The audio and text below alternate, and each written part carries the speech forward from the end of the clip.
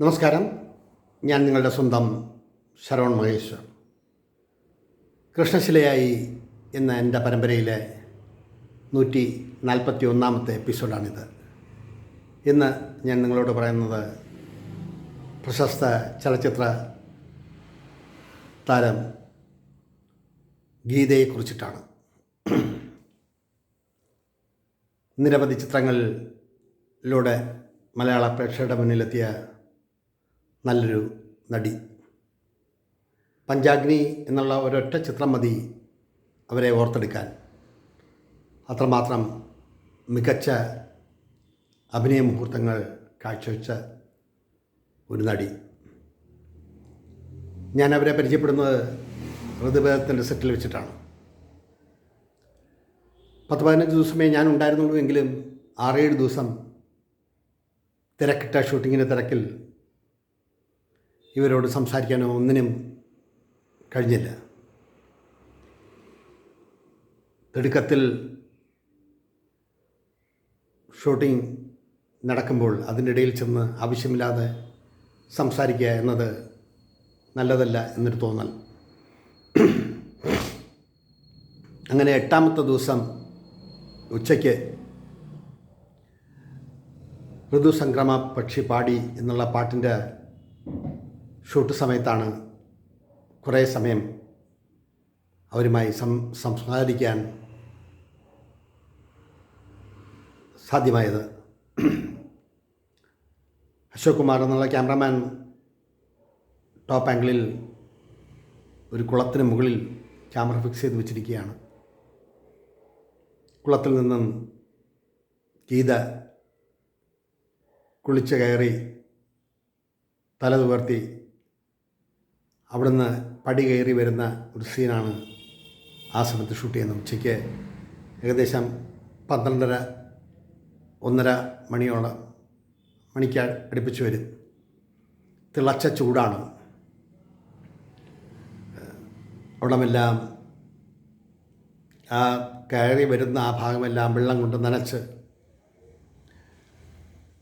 Trolley shot എടുക്കാൻ വേണ്ടിയിട്ട് അതിൻ്റെ ട്രാക്കും എല്ലാം കൊണ്ടിട്ട് ഒരു 10-30 പേരുടെ കഠിനാധ്വാനമാണ്. അങ്ങനെ കുളി കഴിഞ്ഞ് കയറി വരുന്ന ആ സമയത്ത്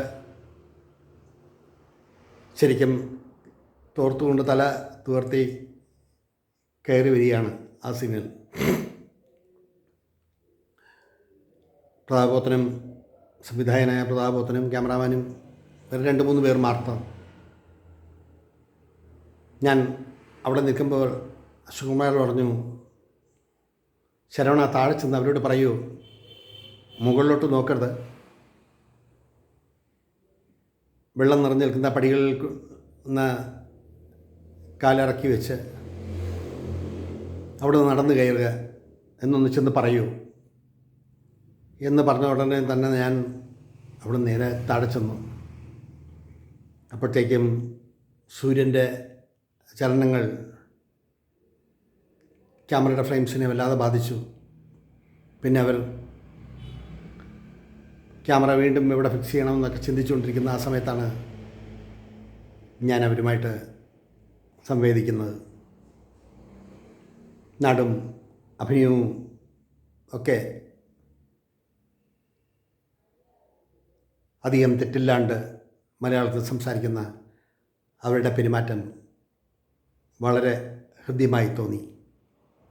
ഞാൻ കാണുമ്പോഴെല്ലാം മുണ്ടും നേരിയതും ബ്ലൗസുമാണ് വേഷം. സെറ്റിൽ നേരത്തെ റെഡിയായി വരും. ആവശ്യമില്ലാത്ത അനാവശ്യമായിട്ടുള്ള ഒരു സംഭാഷണവും സംസാരവും ഇല്ല എന്നതാണ് ഏറ്റവും വലിയ പ്രത്യേകത. സംവിധായകൻ പറയുന്ന കാര്യങ്ങൾ കേട്ട് അതിനനുസരിച്ച് ഡയലോഗ് പറയുന്ന അസിസ്റ്റൻ്റുമാരും അതിനനുസരിച്ചുള്ള ആക്ഷനും എല്ലാം വളരെ മനോഹരമായിട്ടാണ് അവരവിടെ അവതരിപ്പിച്ചത്. ബാംഗ്ലൂരിൽ ജനിച്ച ആ കലാകാരിയുടെ ഇരുത്തമെന്ന അഭിനയം ഞാൻ 8 ദിവസം കണ്ട ശേഷമാണ് അവരുമായിട്ട് ഒന്ന് സംസാരിക്കുന്നത്. ഒരു 10-25 മിനിറ്റ് അത്രമാത്രം. അടുത്ത ടേക്ക് റെഡിയാവുന്ന ആ സമയം വരെ മാത്രമേ അവരുമായിട്ട് സംസാരിച്ചുള്ളൂ. എന്താണ് പ്രത്യേകിച്ച് സംസാരിക്കേണ്ടത്? അങ്ങനെയൊന്നുമില്ല. പക്ഷേ ഒരു നടി എങ്ങനെ ആയിരിക്കണം, എങ്ങനെ ഒരു കഥാപാത്രത്തിനെ ഉൾക്കൊള്ളണം എന്നൊക്കെ വളരെ നല്ല രീതിയിൽ മനസ്സിലാക്കിയ ഒരു ചലച്ചിത്ര താരമാണ് ഗീത. ഗീതയെക്കുറിച്ച് ഒരു കുറിപ്പ് ഞാൻ തയ്യാറാക്കിയിട്ടുണ്ട്. അത് നിങ്ങൾക്ക് വായിച്ച് കേൾപ്പിക്കാം. 1962 ജൂലൈ 14 ബാംഗ്ലൂരിൽ ജനനം. ഭൈരവി എന്ന ചിത്രത്തിൽ രജനീകാന്തിൻ്റെ സഹോദരിയുടെ വേഷം ചെയ്തുകൊണ്ട് അഭിനയ രംഗത്ത് വന്നു. 1981 ഗർജനം എന്ന ചിത്രത്തിലൂടെ മലയാള സിനിമയിൽ അരങ്ങേറ്റം. 1986 പഞ്ചാഗ്നിയിലൂടെ ശക്തമായ തിരിച്ചുവരവ്. സുഖമോ ദേവി, ആവനാഴി അടക്കം 8 സിനിമകളിൽ നായികാസ്ഥാനം. 1989 വടക്കൻ വീരഗാഥയിലെ അഭിനയത്തിന് രണ്ടാമത്തെ നടിക്കുള്ള സംസ്ഥാന അവാർഡ്. ഇപ്പോഴും അഭിനയം തുടരുന്നു. ഭർത്താവിനോടൊപ്പം അമേരിക്കയിൽ കുറേക്കാലം താമസിച്ച ശേഷം വീണ്ടും മടങ്ങി വന്ന് കുറേ ചിത്രങ്ങളിൽ അവർ ഇപ്പോഴും അഭിനയിച്ചുകൊണ്ടിരിക്കുകയാണ്. വടക്കൻ വീരഗാഥയിലെ ആ ഒരൊറ്റ കഥാപാത്രം മതി ഇവരെ അഭിനയത്തിൻ്റെ ഔന്നത്യത്തിൽ എത്തിക്കാൻ. അതേപോലെ തന്നെ പഞ്ചാഗ്നി എത്ര കാര്യക്ഷമതയോടും എത്ര നിഷ്കർഷയോടും കൂടിയാണ് ഓരോ സീനിലും അഭിനയിച്ചിട്ടുള്ളത്. ഋതുഭേദത്തിൻ്റെ സെറ്റിൽ വന്ന അന്നു മുതൽ എടുത്തു പറയേണ്ട ഒരു സവിശേഷത, മറ്റുള്ള ഒരു ആർട്ടിസ്റ്റുകൾക്കോ മറ്റുള്ള ഒരു കലാകാരന്മാർക്കോ മറ്റുള്ള ഒരു കലാകാരികൾക്കോ ഒരു പേർക്കും അവരിൽ നിന്നും ഒരു മോശപ്പെട്ട റെസ്പോൺസ് ഉണ്ടായിട്ടില്ല എന്നതാണ് വാസ്തവം. ഞാൻ അവരോട് ഈ 8 ദിവസത്തിന് ശേഷം സംസാരിക്കുമ്പോഴും എന്ത് ചെയ്യുന്നു, അപ്പോൾ ഞാൻ പറഞ്ഞു ഇങ്ങനെ എഴുത്തുകാരനാണ്, കഥയും കവിതയൊക്കെ എഴുതുന്നു, സിനിമയൊക്കെ ചെയ്യുമ്പോൾ ഞങ്ങളെ കൂടെയൊക്കെ വിളിക്കണം കേട്ടോ. അപ്പോൾ തമാശ വേണ്ട ഞാൻ പറഞ്ഞു, വലിയ വലിയ പ്രതിഫലം തന്നൊന്നും അഭിനയിപ്പിക്കാനുള്ള കഴിവൊന്നും നമുക്കില്ല, ചെറിയ പ്രതിഫലമൊക്കെ തന്നാൽ അഭിനയിക്കാൻ വരുമോ എന്ന് ചോദിച്ചപ്പോൾ ഒരു ചിരിയിരിച്ചു. എന്നിട്ട് പറഞ്ഞു, സാർ പ്രതിഫലത്തേക്കാൾ ഉപരി ശക്തമായിട്ടുള്ളൊരു കഥാപാത്രം എനിക്ക് ലഭിക്കുകയാണെങ്കിൽ ഞാൻ മറ്റൊന്നും ചിന്തിക്കില്ല, ഞാൻ വന്ന് അഭിനയിക്കും, തീർച്ചയാണ്.